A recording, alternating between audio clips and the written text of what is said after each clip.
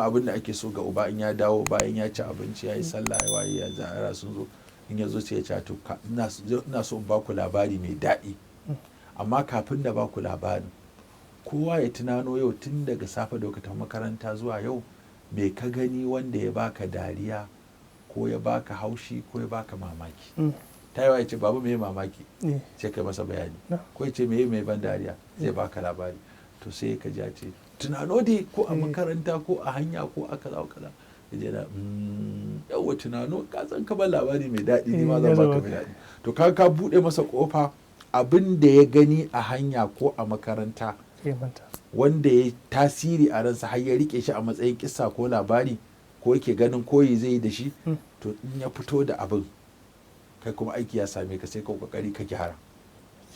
Kamar sai ya ce ai yau ni abin da ya bani abin nan, akwai wani yaro da ya ɗauki fensir ɗin wani ya ɓoye a gaban ido na aka ya ce to kai ka san an ɗauki fensir ɗin, to kai a gurinka yanzu mai hukuncin wanda ya ɗauki fensir ɗin wani ba tare da wancan ya sani ba. Ya ce ɓarawo ne, to ɓarawo ya dace, to me yasa kai ba kai ban nasiha ba ka ce ya mayar ba, ka ji ka gaya malam ba, kai haka ai kaza kaza to kaga ka gano abin nan ɗinsa. Ko kuma akwai wani yaro da ya zo mana da cikin jakarsa ya buɗe sai muka ga naira 100 sai ya ce mu je mu samu canji ya je sai mana biskit.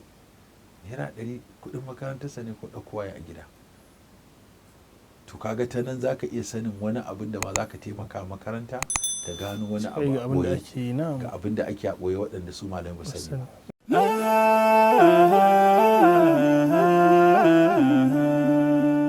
Haske mai ne ga gidan kowa Afirka TV. TV3 tafarkin rayuwa.